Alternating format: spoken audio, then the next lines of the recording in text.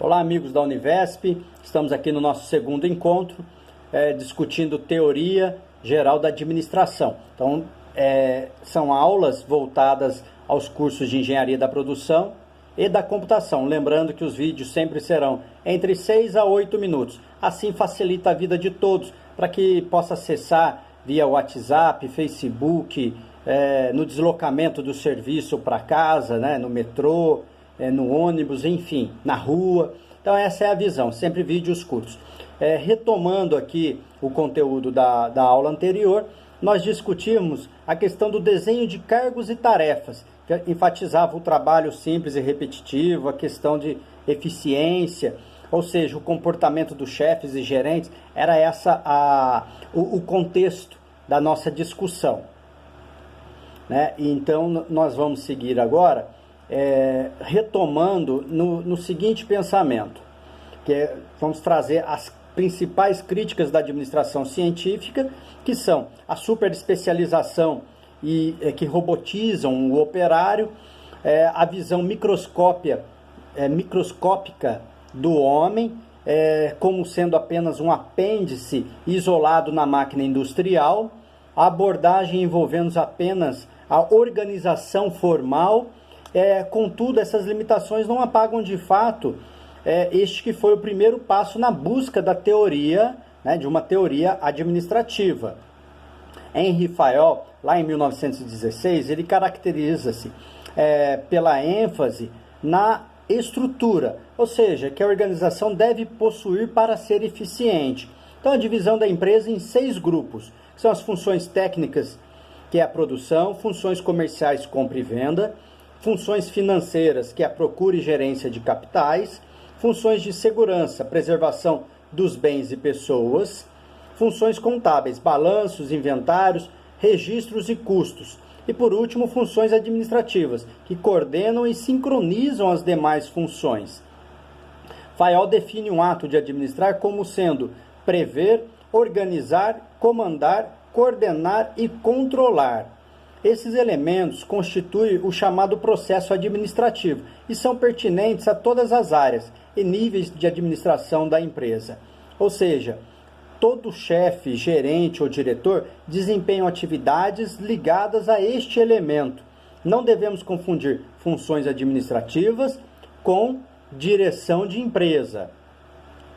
As funções universais da administração nós podemos definir, né, a previsão, que é a avaliação do futuro, o aprovisionamento em função dele, unidade, continuidade e flexibilidade. São os aspectos de função para um bom plano de ação.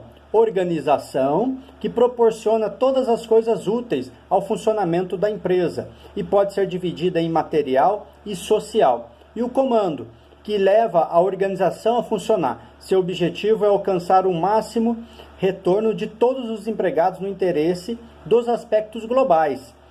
A coordenação, ela harmoniza todas as atividades do negócio, então facilitando o seu trabalho e sucesso. Sincroniza todas as ações em suas proporções certas e adapta os meios aos fins. E o controle, que consiste na verificação para certificar se todas as coisas ocorrem em conformidade com o plano adotado, as instruções e os princípios estabelecidos. O objetivo é localizar as fraquezas e erros no sentido de retificá-los e prevenir a recorrência. Para Fayol, existe uma proporcionalidade da função administrativa, ou seja, ela não é exclusiva da alta direção, mas ela é distribuída proporcionalmente em todos os níveis hierárquicos. Então, a administração é diferente de organização. A administração tem um conceito mais amplo, que abrange aspectos como previsão, comando e controle, e que a organização por si só não envolveria. Para Fayol, então, essa palavra de organização pode ter 2 significados. Organização como uma unidade ou entidade social, na qual as pessoas se integram entre si para atingir objetivos comuns. Formal, que é a organização oficial, e informal, relações impostas pela organização formal para o desempenho dos cargos. Então, a organização como função administrativa e parte do processo. Como toda ciência deve ser baseada em leis ou princípios, Fayol tentou definir o que ele chamou de princípios gerais da administração, que é a divisão do trabalho, autoridade e responsabilidade, disciplina, unidade de comando, unidade de direção, subordinação dos interesses individuais aos globais, remuneração pessoal, centralização, cadeia escalar, ordem, equidade, estabilidade e duração do pessoal, iniciativa e espírito de equipe.